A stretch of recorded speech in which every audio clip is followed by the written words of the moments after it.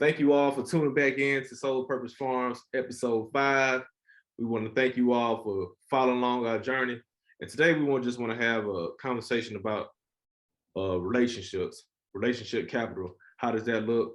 How do you form relationships? What relationships mean to you? So I guess I'll pop it off as far as relationships, what they mean to me.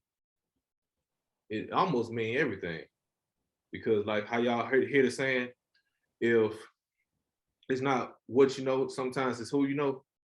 Most of the time, it's who you know. Yeah. So I didn't really realize that until later on in life, like far as getting inside certain doors. But I also realized once you get inside of them certain doors, you still got to perform. Though. Still got to perform, man. So have y'all had any kind of encounter with getting into them doors, building the relationships, and how relationships form where you at right now in life?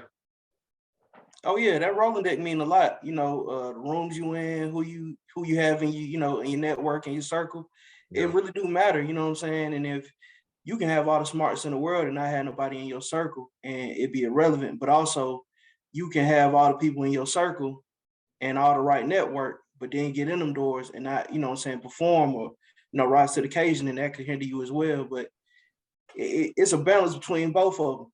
You know what I mean? So.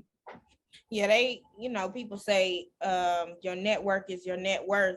And it sounds cliche, but you know what I'm saying, it's real. Relationships, your face card, all that is really worth way more than money. You know what I'm saying? It take you way further. My granddad got a saying that says, respect will take you further than, than money can. Simple saying, but it's something that always stuck with me because that's what comes with building relationships, that respect piece. So definitely for me, especially in ag, we talk about agriculture, the foundation being relational, communal. That's really the basis of it. So it's an important piece of our field, especially you got people for working with farmers, or, when you talk about things being imported, exported, it's all about, especially when you talk about prices and all that. So that's a whole nother topic. But when you talk about all those different pieces, relationships is at the core of that. So. But you never lied, because like I'm glad you touched on that part, like the markets, because all the markets coincide with one another. When you talk about like when cattle prices are high, I mean most commodities, feed prices are low, vice versa. So it's a lot of relationships. But far as me, I think when I think about relationships, I just try to think to like the simplest form as far as getting to know people. How long is your Rolodex? Mm-hmm. I say back in the day, because I realized being in this field, you may be at a disadvantage, especially if you're coming from a small school and you don't have people who may be in the class before you, or alumni that be at certain schools in certain positions, maybe industry or in the academic field. You might say, oh man, I don't have those same kind of relationships. It's not saying that you're not gonna be able to do it, but it's gonna be a harder grind for you. Don't ever get that twisted, because just going into what me and Vic was originally going to talk about for like our journey into graduate school, we recognized we didn't have any people guiding us through the into programs, telling us, okay, do this, do that, go to this open house. We didn't have those relationships. It took us time, but we realized that we wanted to be those pioneers for the people coming behind us, so they wouldn't have to go through those same shortcomings, because you will always have shortcomings. But if we allow people to gain what we know and take it past us, man, I think it's a job well done. But those relationships do matter, because getting to the point now where you start recognize, hey, I know Quiz in the horticulture field. Hey, I know Vic, she in aquaponics, she know about vertical farming. I can pick up the phone and say, oh, what about this? What would be a good plant towel? Man, it take you a long way. Yeah, that's real. In a lot of different ways. And I did not realize how influential and how instrumental that was in life for real, in any avenue. Because think about it, if you just start a business, you might need to know somebody who does graphic design, somebody who is a videographer, or somebody who knows accounting, certain terminology. Because I remember picking up the phone, calling somebody and say, okay, would this be considered an asset on the balance sheet? They're like, yeah, Aaron, that's considered an asset, no matter the condition. So the relationship means a lot. I think too. Yeah. I think too, just to piggyback off of that, I think about, you know what I'm saying, coming from a South Carolina state, but going into internships. So knowing how to work certain rooms, right? So like if you ain't never had no internship where the people, you know what I'm saying, the people don't look like you, how do you work that room? What does that look like? Because if you, so like, for example, I'm sure you all know, they have gatherings and, you know, like our departments have gatherings at like wineries and breweries, right? I ain't never had that. We ain't never had that at South Carolina State. But when it comes to networking, when you go to an event like that, that's not the time to bring out your business cards and be like, look, this is who I am, you know, woo, woo, woo, woo. That's not the time to do that. But somebody that wasn't coached to know that would be going to a social event like that. You may have a dean or somebody from Coca-Cola there that's mixing and mingling, and you going up and you talking business when that's not the appropriate time to bring up business. So it's that type of stuff too, I think goes into, I'm not blaming it on South Carolina State, but when it comes to different students and our backgrounds and where we came from and the amount of work that we have to put in, extra step to put in to learn how to navigate certain rooms, I think that's important too. Because I mean, I learned that from, like I said, having internships and being a minority at a school where South Carolina State, I'm the majority or whatever. But like I said, just learn how to work the room. Yeah, because that, I think, as far as like even like how we here now, like saying what really matters, because I don't know the same people that Quiz know. I don't know the same people that you may know, Vic. But being able that I know you and Quiz, I can put a phone, hey man, I'm having issues with this, or I'm thinking about starting this venture, or I want to learn a little bit about this. You may not know, but you may can point me to the right direction to somebody that knows. So having them relationships, it really means everything. Because, it does. Because once you get older, you're gonna have to start paying to get in some of these rooms.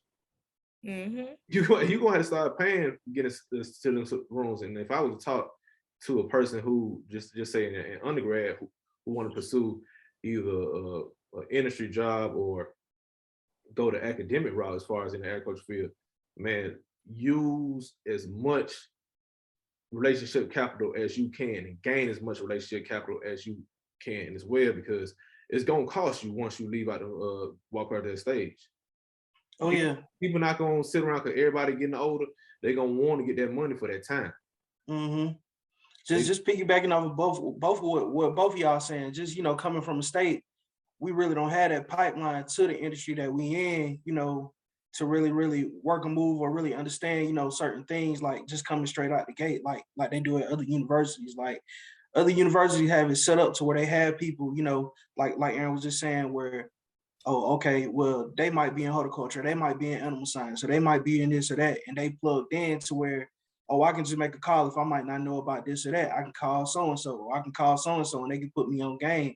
And even beyond that, just having the community behind you to groom you for certain stuff, like how you was just saying, Vic, with being in certain rooms and being able to rise to the occasion. If you're not really groomed to, you know, talk that talk like we talked about in the last episode, then you get in that room, you can bomb easy. You ain't gonna bomb, but you gonna be fumbling. Yeah. You gonna be, boy. All right. So yeah, you need them relationships. You need those people in your pocket. Mm-hmm. I would say too, you know what I'm saying, somebody that's coming up in whatever industry, if you just graduated and you coming up, like take advantage, even though it's gonna be uncomfortable. It's gonna be uncomfortable at stepping out there and taking advantage of the opportunities to put yourself out there. Like I think like internships are fine. And I think they were fine because I was in a cohort. Usually internships, you got 1, 2, or maybe a group of you that are, you know, going through the same, you're all in undergrad and you get to navigate your internship together and build those relationships. But I think. Can I ask you, while you on that topic, can you explain as far as like the some of the internship experiences you had and you developed relationships through? Mm-hmm. My first internship, I guess it was at State's campus. I guess you could say. And it was with Cypress, which is, excuse me, a youth development organization through Cooperative Extension at South Carolina State. And it's basically getting minority middle schoolers into ag and STEM related fields. And just, well, not even the field, but just getting them exposed to what's in the industry. And then I had an internship at North Carolina State in Raleigh, North Carolina, working with APHIS, which is Animal Plant Health Inspection Services under USDA. So I was working with, I was doing like inspections around the port, like at Wilmington, North Carolina. We did inspections there. At the National Museums, we did inspections there to see if the invasive species that they were keeping were properly being kept and protected from the public and from, because they were invasive species. And also worked with, that's when the avian influenza bird flu was happening, which was really interesting because a lot of USDA employees were getting deployed. So in a situation like that, avian influenza bird flu is a deadly bird disease that was killing a lot of different, all birds really along the East Coast. And so you had big farmers that were contracting with companies like Tyson Chicken and other contracts, and they literally had to go in and burn these boilers down, burn them down, and like mitigate all of the disease that was in there. Like none of the birds are useful. It's a deadly disease. So during that time, we were on calls with veterinarians that whole summer, working and getting APHIS folks deployed. I mean, you could work as a secretary and you could get deployed to go help out on these farms, which I think is a nice thing that USDA does, is allow folks to be able to go out and get that kind of work, because it was impactful.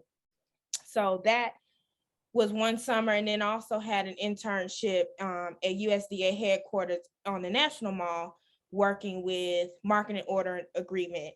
And I was writing reports on what was happening in the market with certain commodities like cranberries, pistachios, just different commodities.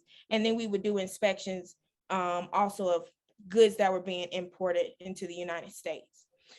So those were some of the internships that I had. And I received those internships through Thurgood Marshall, a college fund, which is a third party organization. But I really enjoyed my internships. I gained some really great relationships.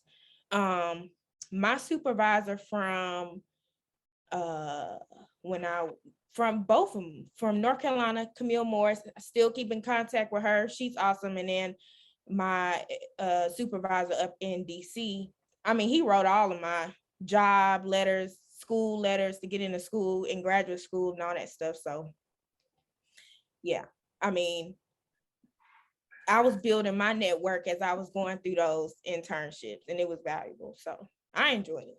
Yeah, I think. Were you able to keep in relationships with the people that were like in your cohort coming up through those internships? Oh yeah, most definitely. I think that's the most important piece too. And I don't see a whole lot of students and now going on internships, but yeah, they not. When you build in those relationships with people who are going through programs similar to yours, I know now a friend of mine, he's in Colorado doing his things. I haven't talked to him in a minute, but we have that relationship. If I see him, he's from the city. If I see him, I know, oh, what I'm saying? We link up, it's all love type thing. But you also just get to see the growth, and people are landing in some great positions and great companies these days. So having that network is beneficial. And it's not, something I kind of want to clear up too, is not about having all these friends and people being in your business, because I know that's the era that we living in. And I guess a disclaimer too, our stories and what we say on Soul Purpose Farms platform is not that we know everything. We are talking about our experiences. So that's a disclaimer for the viewers. We're not trying to tell nobody to go do nothing. We are just talking about and discussing our own experiences and what that looks like. But yeah. Yeah, I know one thing as far as like, I remember I had a vision. I want to say, hey, I wanted to get more experiences working on the cattle operation. and I was talking to one of the individuals I was at school with. He was like, "Hey, yo, we have a gentleman who graduated in the '60s, late '60s.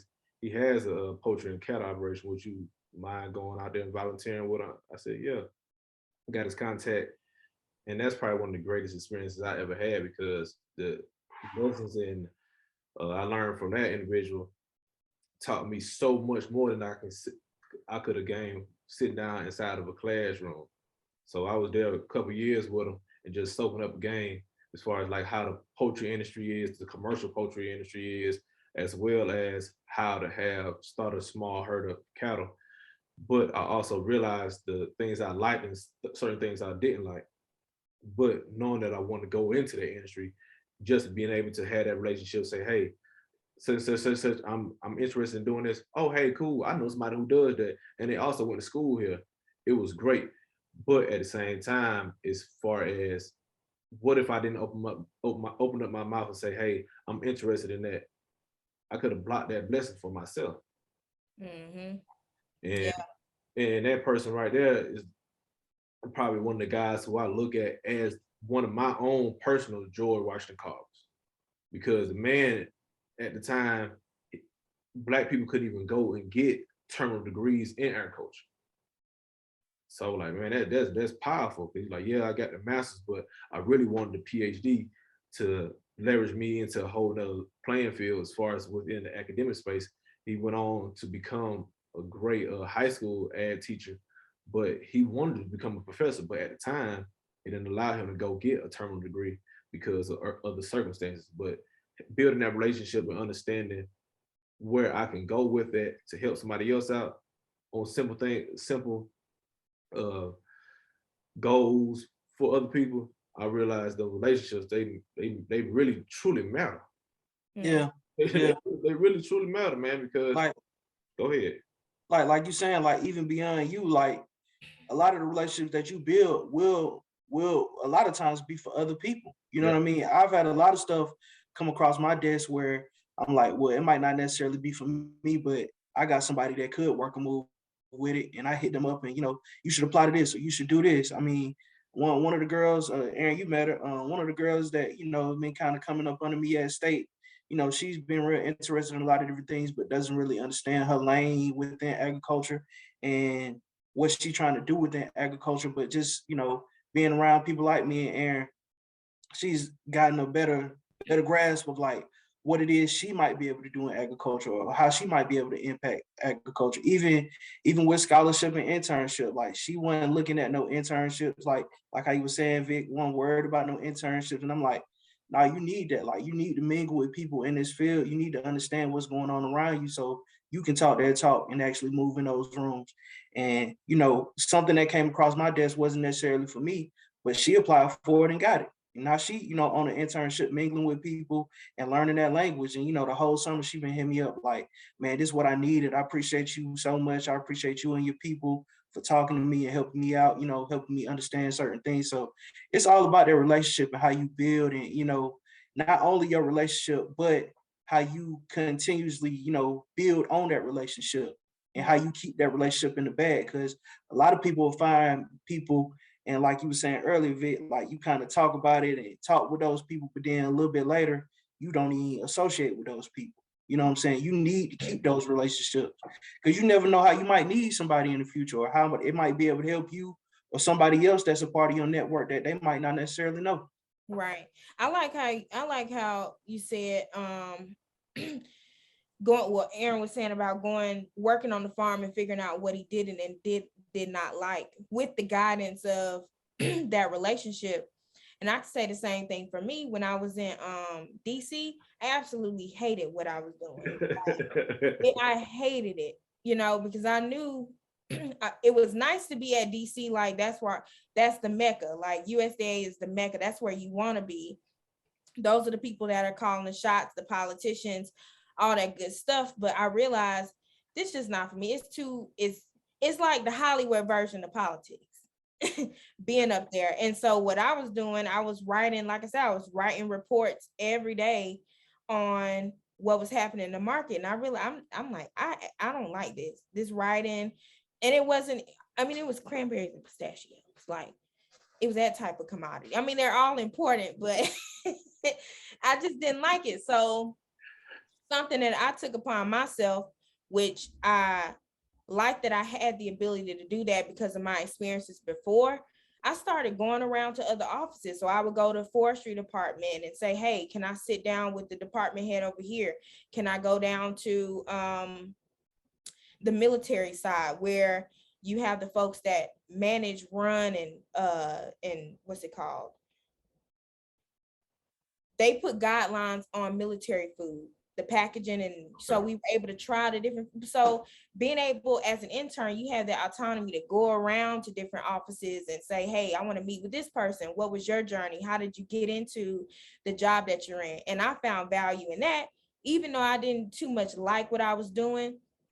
Me having the ability to go around and have those conversations, building on my relationships, talking to people, keeping in contact with those folks, I think made my experience much greater than I could ever imagine because I allow myself to step out and do that. I mean, you talking about DC, like USDA mothership. So Yeah, I appreciated that piece of the internship. yeah, you was in Hollywood. Was in Hollywood. 'Cause I know it, I could just piggyback as far as like this past semester, the spring semester. It was one of the roughest times. I'm pretty sure both of y'all can attest to that, picking up on a course load. But my department is one way. But then I was talking to my advisor. I was like, yeah, but I'm interested in that. And he was like, I don't deal with that. But I'm like, man, I want to learn what's over there. So I went over there to the animal science department and just started going on different field visits, worked in the lab, things like that, gaining so much experience. But now I'm at the point now I can just call or text somebody over there, and that's a relationship that my advisor does not have. But I just put myself out there and developing no relationship because I'm recognizing, okay, I want to be in control of my destiny. I want to be in control of my life, and knowing where I come from the east side of Atlanta, recognizing that it was certain things I missed out on, and I need to know certain terminology, and I know what needs to know what certain things looks like as far as within the traditional ag field. Because I know we speak a lot about the non-traditional ag field, but some things about the traditional ag field would never go anywhere. Yeah, they won't change. Yeah, and some of the terminologies they use around certain things, they're like, uh, that cow over there might got a little ear in them. You know what I'm saying? When people say that, that's a blend between two different breeds. So just picking up on that terminology, learning more about the ruminant nutrition. I I wasn't gonna get that experience and that exposure to those things if I didn't step outside of that. Hmm. And sometimes it take a little bit of the rules, Right. a little bit of the rules, because I'm like, yeah, that's not my lane. I'm not trying to be a animal nutritionist or in microbiology, but I still recognize and see the importance of that in developing those relationships because within any space, whether it be in the industry or within the academic space, you need to know certain terminology, like Quay was talking about earlier. You need to learn some of the language. You might not have to be fluent, but you need to know what K pasta means. You better know it. Let me You ask better know it. let me ask y'all, do you feel like now, like at this stage Yeah. of your life, do you feel like you've sort of equalized the categories in which you've built relationship capital? So like, have you been able to equalize it or balance it? Even though I know we're still developing that, it's gonna always be developing, especially as we get into them different stages of our lives. But do you feel like at this point that you have a good equalization of um relationship capital as of right now in your life? And it's okay if you don't, but I just well, with me, like Future talking about, I ain't never satisfied. right. And you heard what he said 2 years ago. Don't get too comfortable. You can't. You better not get too comfortable, especially in this field, because somebody will pass you up. And that's in every industry. I don't care if you're playing basketball all the way to slacking on your job as a janitor. Somebody will pass you up because somebody has the positions must be filled. So for me, I'm always thinking about how to better myself, and I always consider myself a student of the game, whatever that may be. I'm nowhere near expert in any field, but I'm always willing to learn more. I guess that would set me aside the regular person because I'm always willing to learn some things. Yes, I know more than I learned last year and the year before that, but that's expected because I'm getting older, I'm maturing, read, study, applied it in the field. But I'm always a student because I think if you're not always a student, you will get to a point of complacency in which you won't have any growth. Right. Yeah, I agree. I mean, I'm always peeping game and trying to pick up new game. Like that boy Norris say, man, level spell level backwards is level. You got to balance that thing. Like, you know what I'm saying? I'm trying to get that balance. You know what I'm saying? So this summer I've been the epitome of, you know what I'm saying, mingling with different people and getting out of my comfort zone. Just Yeah. trying to, you know, understand different people. Like, you know, like how Aaron was just saying, how you said earlier, Vic, like, you know, putting yourself in uncomfortable situations so you can make different moves. I mean, my last 3 weeks been extremely uncomfortable, but just being able to say, hey, that's not my lane, but hey, this is what I'm gonna do because I want to get exposure to this or to get exposure to that. It's been amazing for this summer, and it's put me in different spaces where I can build my network and my net worth. You know what I mean? Because in a lot of these spaces, man, you will realize like ain't nobody trying to keep you out of the space or deter you from the space. It's just that we don't have the exposure to that space. You know what I'm saying? And a lot of times that goes hand in hand with us being uncomfortable. A lot of us don't like to be uncomfortable. Yeah, because You know what I'm saying? what you saying, Quez, is key because in actuality, you'll play yourself off the streets. Yeah. Like seriously, like the cake will be sitting right there on the table. You like, oh man, I don't know about that cake. No, you better go ahead and see what that cake talking about. You got to. I remember when I was at state, this was probably the moment when I was like, oh, you gotta tighten up. Like we ain't running that one back again. So I had this when I was doing my hydroponics. I had started my business, whatever. And so I had gone to a young farmers association meeting. And so it was, huh? I said old farmers meeting. Ain't no young farmers in that thing. So I was almost like the agribusiness council, which that's a different story. That's a different story. But they align with one another. Each county has one. All states have the Young Farmers Association and agribusiness councils. Anyway, so I went with one of my mentors to this meeting, and I got up there. It was probably like 30, 40 farmers in there, variety of farmers, but they were all older, of course. I was the youngest one in there. Was a young man in there with his granddad. So I didn't really count him because he was with his granddad. But I got up there. I started talking about my business, talking about hydroponics. And the folk was staring at me like I was a dumbbell, doorknob, whatever you want to call it. Them folks dead staring at me. And so at the end, I had one farmer come up to me, and he was a Scuffledine, Muscadine, whatever you want to call him. He was a Muscadine farmer. And he was interested in what, So the bullet farmer. A who? Bullet, you know, down there in the country, we call them bullets. Oh. They call them Muscadine bullets in the South. Yeah, so he came up to me and introduced himself. But after that experience, I never went back. Like, it scarred me. Cause I was like, I felt so unwanted. I felt like, damn, like these folks not trying to fool with me. They was just staring at me. Nobody said nothing afterwards, no questions, no nothing. And I felt that it was discouraging. You know what I'm saying? Like as a young person, you know what I'm saying, coming into the industry, coming into the field, I'm like, I was trying to connect with some people. But I didn't receive that. And so after that stuck with me because I felt so discouraged, and I allowed myself not to go back to the association. Then I realized, you know what I'm saying, I shouldn't have let that stop me. You know, it was a learning curve for me to understand that you don't never let nothing like that deter you or stop you from doing what you are passionate about. You know what I'm saying? Because I easily could have stayed and listened to other farmers and built connections and took that information down anyway. I could have walked up to them instead of having them walk up to me, you know, just looking at it in that way. I could have been a little bit more aggressive. And so from there, that fire got up under me, and I was like, I can never walk into a room and not feel empowered in myself to know that I know I'm, you know what I'm saying? I know what I'm talking about. Sure. I value myself in the field, and other people need to see that shit too. That's the attitude, you know what I'm saying, that I had moving forward. And But so it was good, though, that you had that. It was great that you had that experience though. yeah, I mean, it was discouraging. Like, I was in undergrad, you know what I'm saying? And so for people not to receive what I was saying, I was like, dang, that's what it feels like.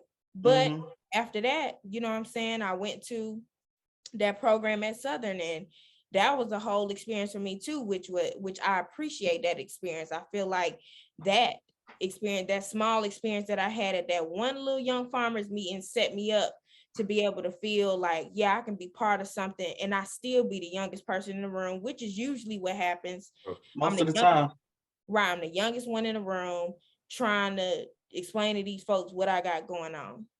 And through practice and just conversation, you know what I'm saying, I became more confident in what I had going on. And other people read off of that too. Like, don't ever get it twisted that people can't read that you're not feeling confident, or that you don't feel empowered, and that you don't feel like you belong there. People read off of that. Yeah. What you talking about, Vic, man, it really boiled down to, I know it might just sound cliche, how bad do you want it? Right. How bad do you want it? Can you feel like do you really feel like you can make the adjustments to get yourself into the industry that you deserve to be into? Because similar situation, I remember doing a business competition. I ain't even place, but I realized the mistakes I could have tightened up on.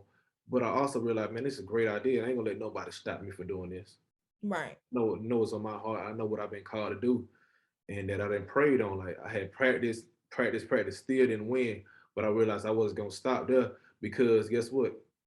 The way you may be going, those people might not understand what lane you trying to go into, or what the vision. Yeah, most of them won't. Yeah, to be honest. Yeah, because they don't know nothing about what you're talking about for real.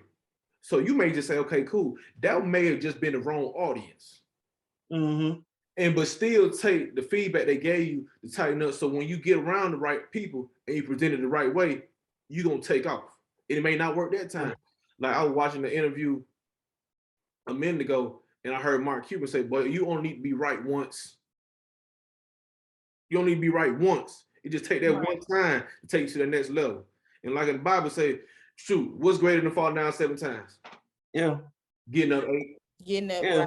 Right. And even with that, that's a part of the learning curve. You know what I'm saying? Understanding that, you know what I'm saying, you're not gonna be wanted in all the rooms and in all the spaces, especially in this industry. Being from where we from, you know what I'm saying, being, you know, the skin color we are, you're not gonna always be accepted in the rooms and gonna be wanted in the room. So just understanding that and knowing your value and knowing, you know what I'm saying, like we were saying earlier, your net worth, understanding this is where I'm supposed to be, and this is where God got me for a reason. You know what I mean? Right. But you gotta take advantage of that. But it's crazy though, because I think we said this last week, but when you in it, it don't feel like that.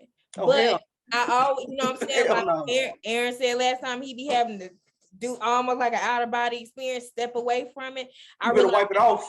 Right. You got to step away from it to really see, because in that situation, hindsight 2020, I can look back and say, them folks ain't know nothing about no hydroponics. You got every farmer was either 55 and above up in there. You know what I'm saying? Like, they don't know nothing about no sustainable farming. They traditional farmers. And so I was looking at it through my own lens and through my own feelings and saying, like, damn, these people don't understand what I'm saying. They truly didn't. I didn't have no pictures to show. I didn't bring a tower there. I didn't have any of that there to really show what I had going on. You know what I'm saying? I was just speaking solely from my own experience and just what I had going on. So understanding that too, just being understanding and removing your emotions from it. And two, you know what I'm saying? If you, even if the relationship isn't built, or you don't get that connection in with that person, it don't mean that door is closed. You know what I'm saying? I could easily go back to, you know what I'm saying, and connect with some of those farmers, and the conversation be so different. One, because I'm way more confident in who I am and why I'm there and my purpose. You know what I'm saying? So I can have that conversation and not feel like, damn, but I also, and I can talk on a level that they understand. You know what I'm saying? I'm more knowledgeable now to know that. So it don't mean either that that door is closed. That door gonna always be open if you take that. Now, sometimes the door do close, and you got to know which doors need to be closed, shut, Yeah. and which ones can still be kept open and you revisit. You know what I'm saying? But that's just part of, like you said, it's just a part of growing and understanding people, relationships, and things like that. But doors don't always close. Yeah, and even if that door closed, like the boy Tyler Perry say, man, you need to go build your own house with your own door. Yeah, straight up. That's essentially what we doing right here, because we ain't we don't, that I know of, we don't got no people who voicing how the field really is, as far as the path they took to get to it. Everybody gonna say, if you work very hard, you can get here. And that ain't the case all the way. No, it's not, man. This 2022. Sometimes you can work your ass off and not get nothing. Yeah. And you could be sweating and still run on the treadmill. You ain't going nowhere. Yeah. That's real. That's real.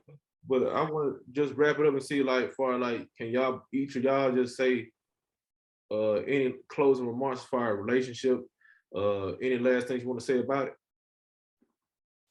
I will say right now, I feel like I'm in not a trying place of building relationships. I think because, and me and Aaron had this conversation off camera one day, but I told him, I'm like, because I was having this issue when I got into my program of trust with the majority, with white folks. And so I had an issue with trust, and still do. It's just part of who we are as growing up. I grew up, that's only natural, come from where we come from, around Black people. And you know, even though I've had internships in places where I was you know what I'm saying, people ain't look like me. But I think because I've been blessed to have such a strong and a solid support system in my family, friends, you know, mentors, advisors, whatever, I've had those people for so long, I haven't had to really try to build relationships. And so now I'm in a new place where this shit excuse my language, it looked very different than I ever experienced anything before. And I'm now being tested on, how do I build relationships with these people? How do I build trust with these people? Because even though we're looked at in our PhD program as colleagues with these people, we're not colleagues. You know what I'm saying? My destiny is in their hands. They advise me. They tell me when I'm messing up, what grades, you know what I'm saying, what I need to fix. If my grades aren't good, I'm on probation type thing, which I'm not on probation, but I'm saying there's levels to it. We're not colleagues. And so I think understanding that I can build relationships with these people. I still have to carry a level of discernment, have a level of discernment, dealing with anybody. That's life. But in this space, understanding that it's okay to build relationships. And so that's kind of where I am now, being open-minded, being understanding. That's a big piece too, because a lot of what we see that may be an insult or it may be hurtful may just be a lack of understanding from the other person and from myself, to understand that, hey, these people ain't never seen this kind of stuff before. They don't know how to receive this. And so me being confident in who I am and being self-aware to know, okay, this may look different. They may receive this a little different, but it's okay. Give them a little time. It's like taking baby steps. Give them a little time to warm up to you. And then you can really start building those relationships. So I think, to answer your question, that's kind of where I am now, is back in a learning stage of building relationships with people, not making them my friends and family. Some people are just, you know, it's okay to become friends or whatever, but really having that trust to build that network capital. So what about I feel as if one of the biggest things within what you said, Vic, was that discernment. You know, having discernment, you know, learning how to practice, you know, good discernment and understanding, you know what I'm saying, not just the relationship, but the boundaries within the relationship. Because of the people that we're dealing with, we got to understand, you know, just because I'm building a relationship with you don't necessarily mean I got to hang out with you, or don't necessarily mean we got to be buddy. You know what I'm saying? It's okay for us to just do business and, you know what I'm saying, use each other in in that space, whatever that might be. So just practicing, you know, discernment and understanding that a lot of that goes hand in hand with timing. Understanding your time and your, you know what I'm saying, when is the good time to pop out like this? Or when is a good time to have these conversations? Or when is a good time to, you know, build a relationship with certain people? It might not be the place or the time, like you said earlier, you know, you might be in this setting and you trying to pop out like this. It might not be the time to pop out like that. You know what I'm saying? You got to understand that. So just having discernment and understanding, you know what I'm saying, where you are and what you got going on within the space at that time is really, really key in growing in life, not just in ad or in academia, but in life. Mm-hmm. What about you, Aaron? I think relationship capital means to me, and I want to make sure I get it out clear, leverage. The relationships that you build can leverage you in so many different ways. Because think about it, the closer relationship you get, just say you want to get close to God, the better your relationship with Him, the more fulfilled you'll feel. You get what I'm saying? Yeah. Relationship capital equals almost leverage. Like it can give you more leverage. It can allow you to do certain things and be fulfilled. You know what I'm saying? It can help you find that true balance. Right. So that's what I say. But I know we always want to wrap it up for the event we got coming up in the first weekend in August. I want to talk to a little bit more, any one of you all. So where to meet us at? meet us in the city, meet us in Atlanta. August 7th. I'm about to say the 6th through the 7th. Yes. The 6th through the 7th. Yeah. Get the dates right. Yeah. 6th through the 7th. It's gonna be a good time. And if you can't catch us there, we had a cameraman. You catch us on YouTube. Oh yeah. InvestFest coming soon. Yeah. So Appreciate y'all tuning in. that's in. All right.